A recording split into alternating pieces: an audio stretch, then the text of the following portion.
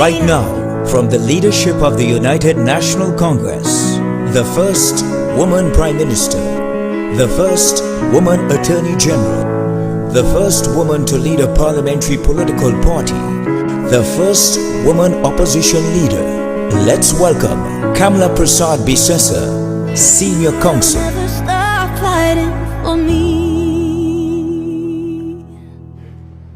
Good evening. Thank you for joining us for yet another virtual this evening. And the theme really is the PNM's war on democracy, and in particular, Rowley's PNM and their war on our democracy. I would like to thank all our speakers tonight, very powerful presentations in their contributions touching and concerning matters of national importance. The opposition will continue to do our duty and hold government to account. We will continue to defend the Constitution and all the people of Trinidad and Tobago. Now, we've seen for the past 2 years, we have been dealing with a global pandemic. But in fact, for the past 6 years, we have been struggling with a virus that is much worse than the COVID. And that is the dictatorship being spread by the Prime Minister and his corrupt government. Today, we have been plunged into a constitutional abyss by an unholy alliance of three of the most powerful offices in our land: Office of the Attorney General, Office of the Prime Minister, and the Office of the President. Like a virus, this matter has even gone so far to infect the Police Service Commission and indeed the TTPS, the Police Service. These high office holders have very serious questions to answer. And you know, on Saturday I listened to the Prime Minister insult and degrade MPs, voters calling them imps, chimps and pimps, and so it was disgraceful and deplorable. But that is not surprising. You see, Mr. Rowley is lashing out because he has been caught red-handed. Try as he might, he cannot lie and rant and rave and bully his way out of this time and this mess that he has created. I turn now to another very important matter, and I return to those three office holders and others. I think we must mark the front page of The Guardian today with the COVID deaths reaching 1,600. That's 1,600 of our citizens dying from this COVID. We had 1,350 deaths since the middle of May. So from May to now, 1,350 deaths. On July 1, when there were 850 deaths, 600 deaths between May 19 and June 30, I called for changes to the failed propaganda team of the I.A.N and Parasram and the others. A failed team, because look at where we are today. At the time, commentators and the media, in an attempt to attack the UNC, condemned my call for changes. Where are these commentators now? Come out and say something to the families of all these persons who have since died. 1,350 deaths in 159 days. This is a combined number of murders for the last 3 years, and yet we have no accountability. You see, in this country, anyone who goes against the popular opinion of the day is condemned and cancelled. Because you want to cancel conversation and opinion, we have now reached, as I said, 1,600 deaths, and that was reported this morning. I pray God none other has occurred within the last several hours. I again call for changes to be made to the Ministry of Health propaganda team. The I.A.N is a failure, Parasram is a failure, Abdul Richards is a failure, Hines is a failure. There must be a commission of inquiry into all these deaths, as well as from the overall management of the COVID. I had called for that before, and I called for it again. In the United Kingdom, we have precedent. There was a call for their Prime Minister to have a commission of inquiry, and they have filed a report. They have filed a report in their parliament about their management of COVID. I call for our country here, in our country, for an inquiry into the management of COVID and into the very many deaths that we've had. I turn now to speak on some very serious matters touching and concerning the Office of the Attorney General. This Attorney General continues to trample on the Constitution. This is because he just does not understand the fundamental and sacred principles upon which our Constitution is founded. The principle of the separation of powers is central to the structure of our Constitution. Section 90 of that Constitution establishes the office of the DPP. It is an independent office which provides critical functions as a crucial stakeholder in our criminal justice system. One of the essential functions of the DPP is to provide advice and guidance to the police service when it concerns very serious criminal matters. The Sunday Express, 17th October, published an article entitled DPP Decides on Chandler this week. It reports, amongst other things, and I quote, "The Office of the AG has provided a legal opinion stating that the attorney Christian Chandler was not in breach of COVID-19 regulations on the day he was detained by Coast Guard officers." The story continues. The advice was given by the Office of the AG to Griffith 1 week after Chandler and 13 others were detained by officers of the Coast Guard. Serious questions must now be asked about the conduct of the AG in relation to this matter. Mr. Chandler is no ordinary citizen. He is the head of the TTPS legal department, and the allegations made against him are very, very serious. So I ask you, how on earth could the AG be advising the police in such a sensitive matter? How could he be doing that? Who made the request to the AG for legal advice? When was the request made and why was it made? Why did the AG not advise the police that he is not a competent authority to render such advice to the police on an ongoing criminal investigation of this magnitude?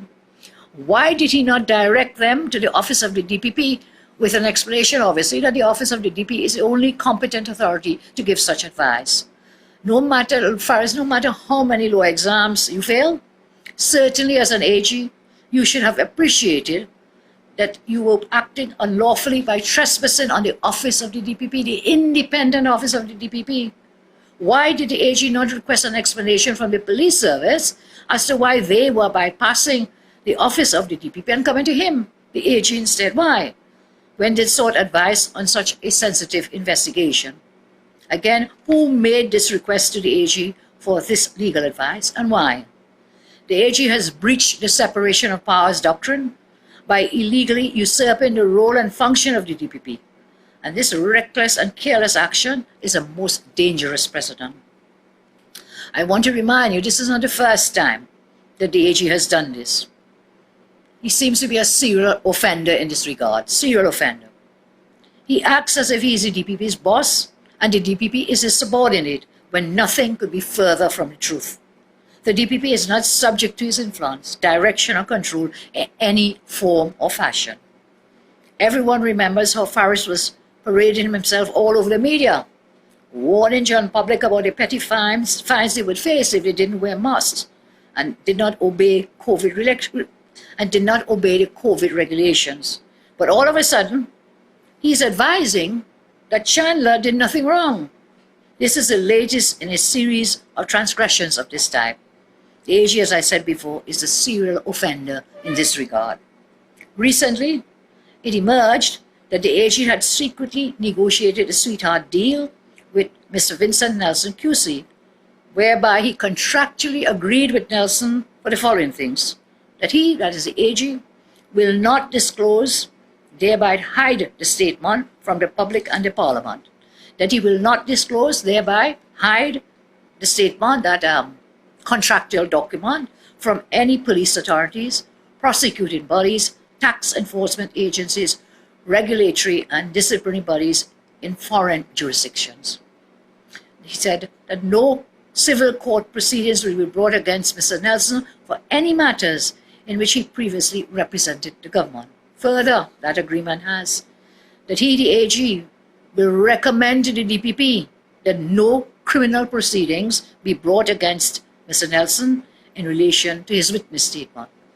He also agreed in that document that if any person brings a court action against Mr. Nelson for any matters arising out of the indemnification or defamation law suits in relation to the witness statement, government will fully indemnify Mr. Nelson for any damages awarded and legal costs. This is madness on the part of an Attorney General of any country.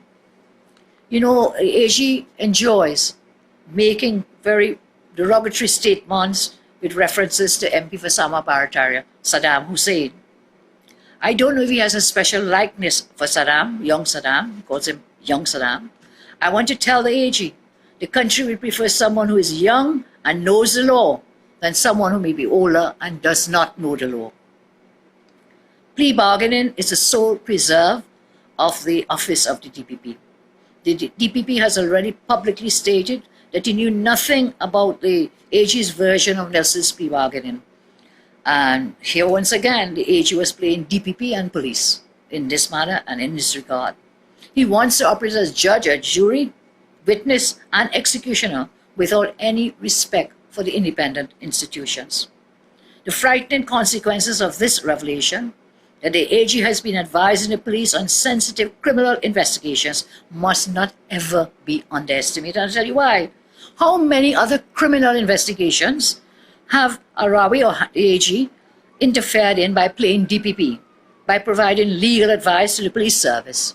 Today I ask this question. What other police investigations has the AG advised the police service on without the knowledge of the DPP? In preparing legal opinions, did the AG consult the DPP? Was he also advising on the Camille Robinson Regis matter where she deposited $143,000 in an FCB account without declaring the source of funds? Is he advising on the most recent matter involving MP Foster Cummins? Did he advise on the Darrell Smith investigation? So which other investigations that are criminal investigations has the AG interfered in by giving legal advice? And of course, whenever his behavior is called into question, he waves his famous sub judice rule flag. I tell you, we should rename him the sub judice AG. He is quick to talk about anything and everything except when he is breaching the Constitution. That's when he comes up with the mantra, the chant, sub judice, sub judice. I wish to announce that I intend to write to the Honorable DPP to ask as follows. If he had given his consent for Faris to advise the police service on this matter, the Chandler matter, whether his office was consulted in the preparation of the legal opinion from the AG's office, which said Christian Chandler and his crew were not in breach of the law when they were detained by the Coast Guard. Did that happen without consultation or information to the DPP? I would also be calling for an investigation to determine whether the AG is guilty of misconduct in public office and unlawful interference with an ongoing criminal investigation. The Prime Minister's recent speech really reinforces to me the need for grave concern. The Prime Minister claimed the UNC was attacking the AG. Why? Because the AG was going after those involved in white-collar crime. This is an admission from the Prime Minister that the AG is interfering with the independent office of the DPP and their roles and functions, as well as breaching the separation of powers. It appears the Prime Minister himself does not understand the separation of powers that holds our nation together. I make it abundantly clear, the AG has no power to go after anyone for the commission of criminal offences. That is the sole preserve of the DPP and the TTPS. The PM is trying to defend Arawi by saying that he's investigating white-collar crime. He is the Attorney General Police Officer. What authority does he have to investigate crime? Is he using and abusing his office and his role as a central authority to go on a political witch hunt? These are serious questions which arise. He is usurping the function of the office of the DPP and the TTPS legal unit by giving these legal opinions on criminal charges. Why is the office of the AG sending opinions to the TTPS about whether a contract worker and legal advisor has breached the public health regulations? This is yet another example of the complete lack of respect for independent institutions. The PNM are hell-bent on becoming a dictatorship, and so they have their hands involved in everything. They have interfered with the work of the Police Service Commission. They have interfered with the selection of a Commissioner of Police. They have interfered with parliamentary oversight with respect to the merit list. They're now interfering very dangerously with police investigation. This is a dangerous trend towards creating a private army, which we were warned about in the Endell Thomas case. And we refuse to stand idly by while the AG manipulates and tramples on our Constitution with impunity because he's protected by his Prime Minister. No one is above the law, and we are all equal in the eyes of the law. The AG must be called to account for his actions. Whilst the police are investigating the matter of his transfer of the Porsche luxury vehicle, it must now also investigate the AG's role in the Chandler investigation and the Vincent Nelson scandal. And by the way, what has happened to the investigation into the gun-toting children? Where has that gone? It's gone away. So I say the AG is turning out to be a serial offender in terms of trampling the Constitution and usurping the functions of the DPP. So now this brings me back to dictator Prime Minister. I said earlier, Prime Minister, you get catch, and there you are ranting and raving. Yesterday I asked some questions about the now famous letter that the Prime Minister wrote to the Police Service Commission about Commissioner of Police Gary Griffith. The Prime Minister claimed that 1 year ago he wrote to the Commission telling them that he had lost confidence in Commissioner of Police Gary Griffith. This is a very significant revelation. It gives a motive for the subsequent interference in the Police Service Commission and the constitutional duties of the Office of the President. Despite the Prime Minister's loss of confidence letter, the Commission proceeded to generate a merit list which apparently included the same Gary Griffith and even went thereafter to appoint Griffith to act temporarily. It seems apparent then that the Prime Minister went above their heads to sabotage the process of appointment. The President, Prime Minister and AG have even more serious questions to answer right now as a result of the Prime Minister's hot-headed press conference. 1. When specifically did the Prime Minister advise the Commission that he, Prime Minister, had lost faith in the Commissioner of Police? What caused the loss of faith? Did he write only to the chairman or did he write all members of the Commission? Did the AG know of this letter or was he kept in the dark by the Prime Minister? Did the Cabinet agree to undermine the process or was this entirely the Prime Minister's action? What other action against the Commissioner of Police was undertaken? How many other interferences has the Prime Minister have made over the last year after sending this loss of confidence letter? Was confidential information about the Service Commission being shared between the Office of the President and that of the Prime Minister? Was there collusion by the President, Prime Minister and Police Service Commission Chairman to derail the merit list from being sent to Parliament, or was it just a coincidence that they all happened to be at President's house on the 12th of August 2021? Or is it the 11th of August? So I'll come back to those dates because like the budget, the maths just not matching. Maths not matching. When asked by a reporter whether he denies meeting with the President, the Prime Minister defiantly retorted that he does not deny it, and furthermore, that he can meet with the President 24 hours a day, 7 days a week, adding he doesn't have to tell anybody what they would have spoken about. This confirms that the Prime Minister sees himself as a supreme leader, as a dictator. He wrongly believes that he's empowered by the Constitution to do whatever he wants without having to account to anybody. Of appointment and the constitutional duties of the Office of the President. Despite the Prime Minister's loss of confidence letter, the Commission proceeded to generate a merit list which apparently included the same Gary Griffith and even went thereafter to appoint Griffith to act temporarily. It seems apparent then that the Prime Minister went above their heads to sabotage the process of appointment. The President, Prime Minister and AG have even more serious questions to answer right now as a result of the Prime Minister's hot-headed press conference. 1. When specifically did the Prime Minister advise the Commission that he, Prime Minister, had lost faith in the Commissioner of Police? What caused the loss of faith? Did he write only to the chairman or did he write all members of the Commission? Did the AG know of this letter or was he kept in the dark by the Prime Minister? Did the cabinet agree to undermine the process, or was this entirely the Prime Minister's action? What other action against the Commissioner of Police was undertaken? How many other interferences has the Prime Minister made over the last year after sending this loss of confidence letter? Was confidential information about the Service Commission being shared between the Office of the President and that of the Prime Minister?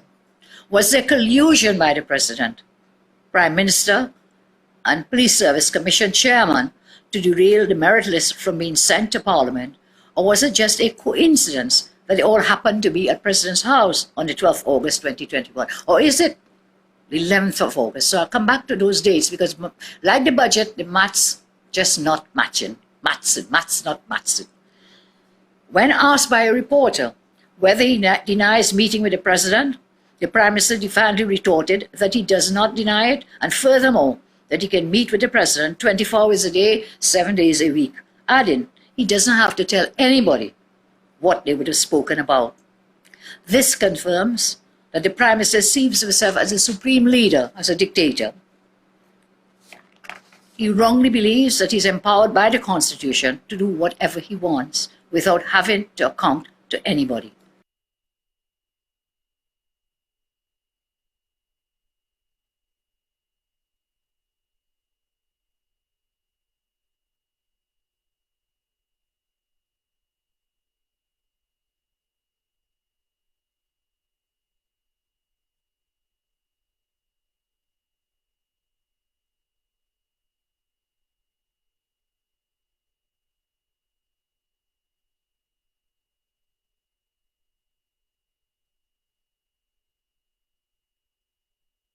I turn now to the Office of the President.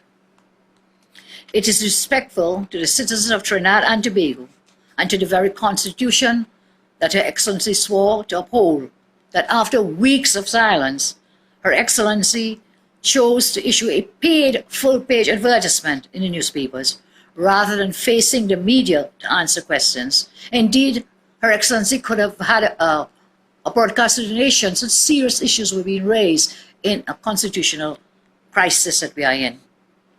In such a grave, change it up when I ad-lib. Coming back. In a constitutional crisis of such grave importance, it is shocking that the President could not be bothered to address the citizens in person. Yet we know that the President is capable of speaking with the media, as she did once when she hastily convened a media conference, on a trivial matter regarding a trip she had made to New York. If the paid advertisement was done to avoid Her Excellency having to face the music by having to field questions from the media, such a strategy can only serve to bring her office into further disrepute. You are also accountable to the people, madam. It is further concerning that the President only decided to break her silence after the Prime Minister's rant on Saturday, as if to ensure that her message would not clash with his, and that the PM's message was to take precedence over the President's. To make matters worse, the President's paid advertisement has only further complicated the matter, creating more questions than answers which our country desperately need. And these include: 1. Why did the President wait until October 17 to inform the country for the first time that an order of merit list was submitted to Her Excellency on 11th August, but then withdrawn? Why? Why did you wait so long? Why did the President allow the Republic to descend into chaos between then and now without providing this key bit of factual information to the citizens whom she serves? Why does the President refuse to let the citizens know whether the Prime Minister met with her on August 11th or August 12th to discuss his concerns about the order of merit list? If everything is above board, why is the President running from disclosing the public officials who met at President's House, especially in the light of the public interest? So something is very strange because the maths just not mathsing. Let me share some documentary evidence with you. By letter dated 7th day of September 2021, Her Excellency, through Nancy Arnault, Director of Legal Services at the Office of the President, responded to one Anand Ramrogan, Senior Counsel, as the attorney at law for Ravi Balgobin Maharaj. And in that letter, I quote from that said letter, the words contained there, "I can confirm that Her Excellency the President, on August 12th, and I ask you to note that, on August 12th, 2021, received a letter of even date from the Chairman of the Police Service Commission, Ms. Bliss Sipasad. Ms. Sipasad thereby submitted in compliance with Legal Notice 183 of 2021 a list of suitably qualified persons as nominees to act in the office of Commissioner of Police." Continuing the quotation, "By letter of August 13th, 2021, Her Excellency replied to the Chairman, no notification was sent to Parliament by Her Excellency for the granting of an acting appointment in the Office of Commissioner of Police, as no such procedure is mandated or provided for in law." I end my quotation there. And then I want to share with you something else, again, that shows that maths is just not mathsing. We have in the public domain 2 affidavits, both sworn on the same date, both sworn on the 27th September 2021. One is the affidavit of Corey Harrison, who is the Acting Director of Personnel Administration, and this affidavit was filed in the matter with Ravi Balgobin Maharaj. Then we have another affidavit sworn on the same 27th September by the Acting Deputy Director of Personnel Administration, Helen Warner. 2 affidavits. This one was sworn in a matter relating to Mr. Anand Ramesa against the Police Service Commission. Both these are conflicting statements, so the question we ask is which is true. So let's take Ms. Harrison's affidavit first, and I quote from paragraph 8 of that affidavit. "A list of nominees was submitted to Her Excellency on the 12th August. There was delay by the Commission in carrying out its exercise given the date of issuance of the 2021 order. It was done in less than 2 months." That is Mr. Harrison. I quote now from the affidavit of Ms. Warner from paragraphs 39 and 40 of this affidavit of Ms. Warner. I quote, "The Police Service Commission has withheld submission of the merit list to the President after attempting to do so because of certain security concerns that came to his attention. As the Police Service Commission is not itself conducting the investigation, not being equipped to do so, to compile the security reports, the Police Service Commission cannot say exactly when the reports will be available for it to finalize its merit list. However, the Police Service Commission has a duty to have the security investigation done before finalizing the merit list." Paragraph 40 from Ms. Warner, I quote, "The Police Service Commission will finalize its merit list when the security report is available, because not only is it duty-bound to act with alacrity, but it is not in the public interest nor good for the morale of the police service that there is not a substantive holder of the Office of Police Commissioner."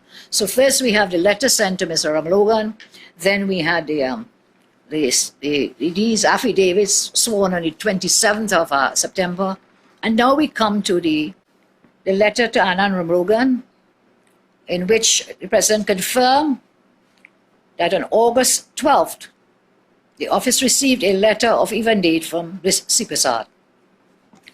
Then we had the 2 affidavits sworn on the 27th of September. And now we come to the published statement of Her Excellency, which was published in the newspapers over the weekend. In that published statement, Her Excellency said that the order of merit list was delivered to her on August 11, 2021. So who is lying and why? Which one is true? The conflict in all these statements raised more questions than answers. The President made no mention about the significant withdrawal of the merit list in her response to Mr. Ramlogan in circumstances where she knew that her letter was going to be used as critical evidence in a court of law. How many merit lists did she receive? Is it that one time on August 11th and another on August 12th? In saying that she had replied to Bliss Sipasad simply to indicate that no notification was sent to the Parliament, because this was not required by law, and by the way, we now know that is not true based on the court ruling, why did the president not come clean and simply say, I no longer have any list to issue any notifications to the parliament because you withdrew the merit list you gave me? Why was such critical information being deliberately withheld from the court? Or is it that Her Excellency informed her lawyer, and by the way, her lawyer was Faris Al-Rawi, Attorney General? Is it that she would have informed her lawyer, who was represented her in the court, but that the AG failed to inform the court about this critical piece of information? As a former judge, the president would know that she had a duty to make full, frank disclosure to the court. This was a serious and deliberate omission on her part that was plainly relevant to the case.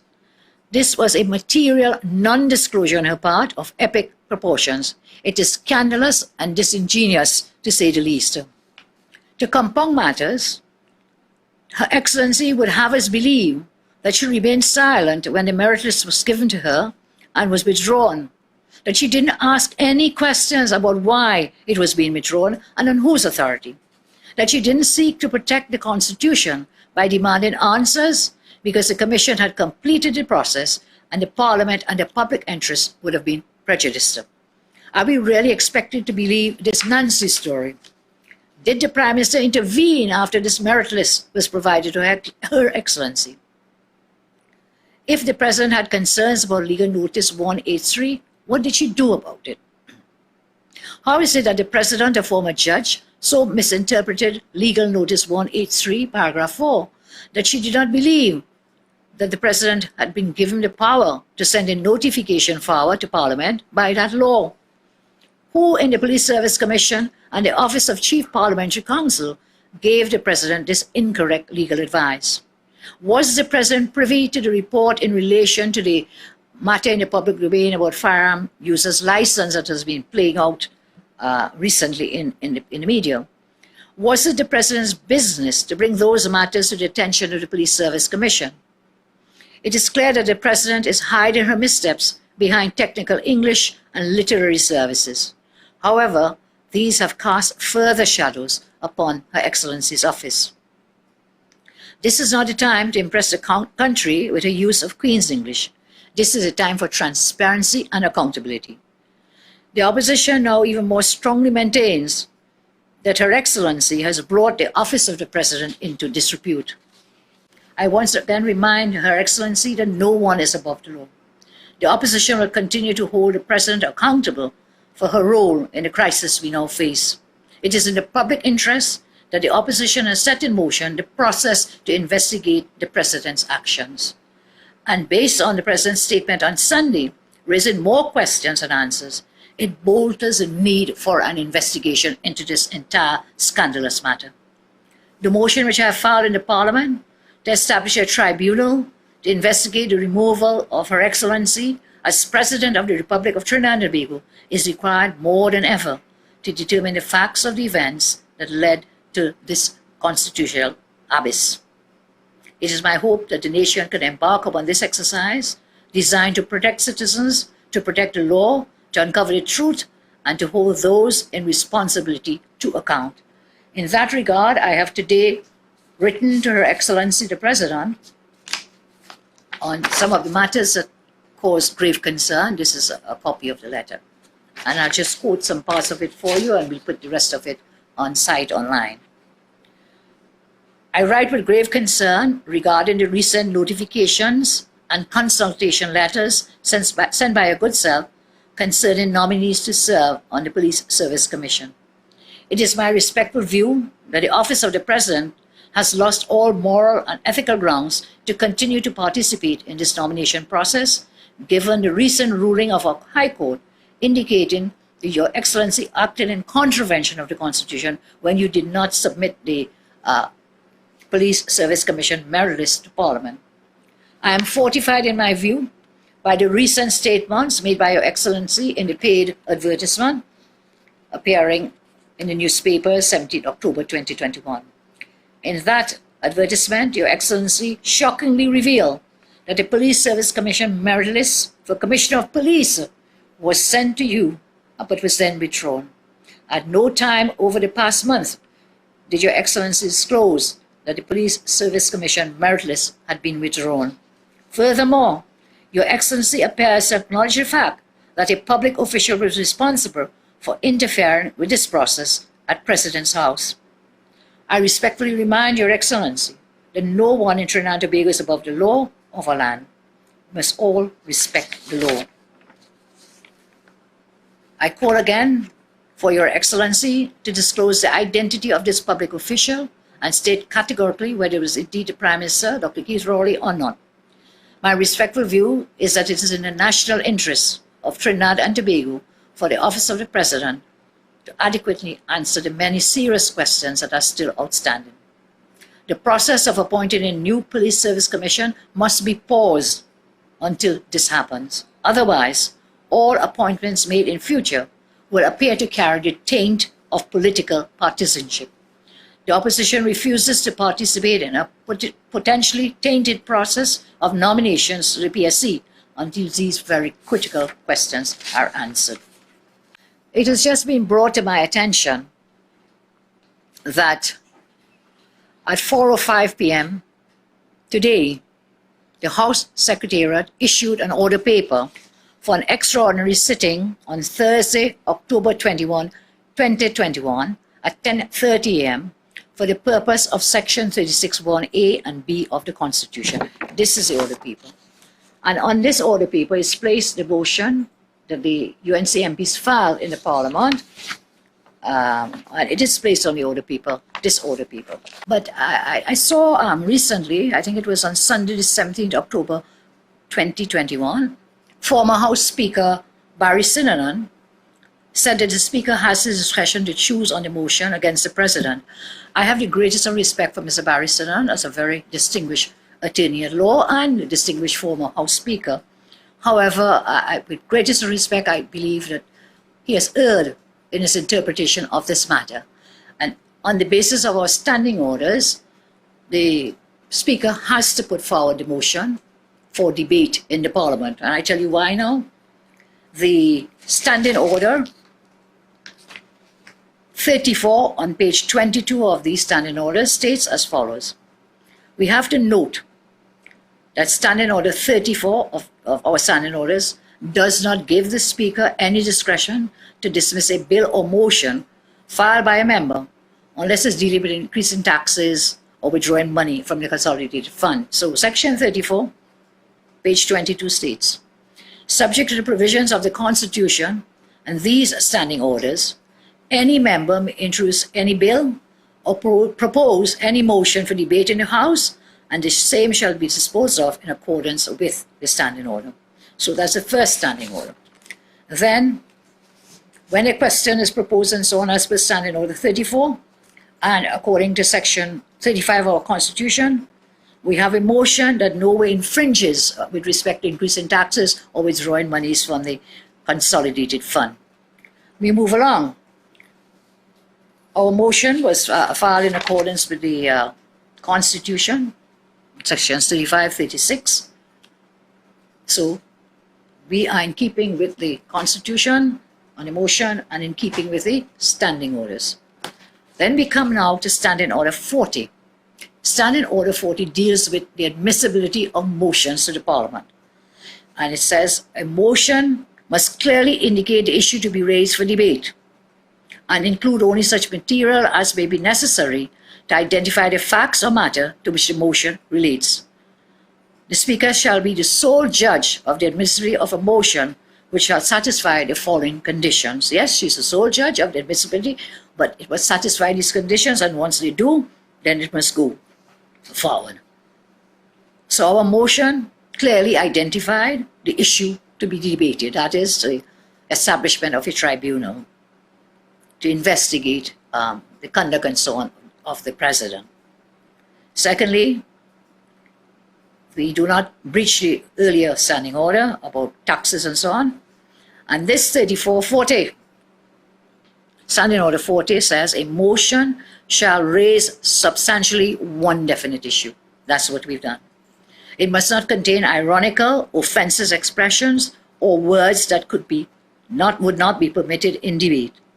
It must not contain the names of persons unless they are strictly necessary to render the motion intelligible.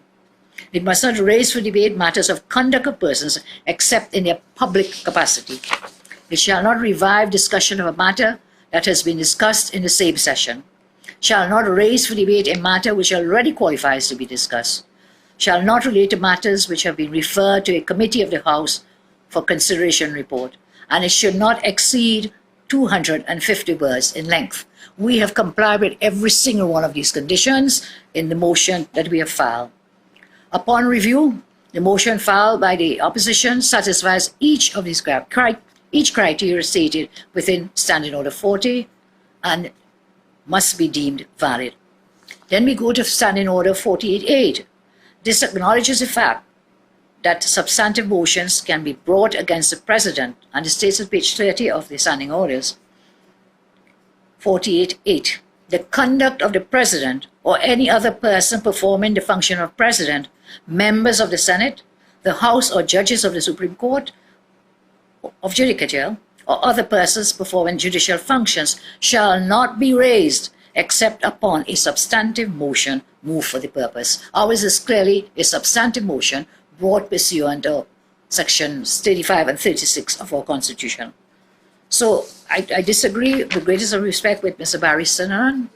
This is not in the discretion of the Speaker to withhold the motion being placed for debate in the House of Representatives. We look forward to that debate because we do believe that there must be transparency and accountability, and this is the only mechanism. This motion is the only mechanism to hold the President to account for her conduct. There is no other mechanism. The Rowley PNM can try to subvert, undermine, and abuse our sacred rights, our freedoms, and the doctrine of the separation of powers, which is a central pillar of our Constitution. But as long as they do that, there will always be the rising sun. They can try to operate in the darkness and shadows for however long, but as we have seen, what is in the dark always comes to light. They know the UNC is on their heels. Prime Minister Rowley knows it. A.G. Farris knows it. Minister of National Security Stewart knows it. Everyone knows it, and they are getting desperate. Just look at the behavior of the Prime Minister over the weekend. It was a total embarrassment to that lofty office. The Prime Minister also had a meltdown because he knows we are coming for him, politically and legally so. The UNC will continue to be that shield that stands in front of citizens when faced with a gangster government, dictatorial government like the Rowley PNM. We will continue to fight inside the Parliament, outside the Parliament, and wherever citizens are being taken advantage of, we will stand with you. I thank you. May God bless you, and may God bless Trinidad and Tobago.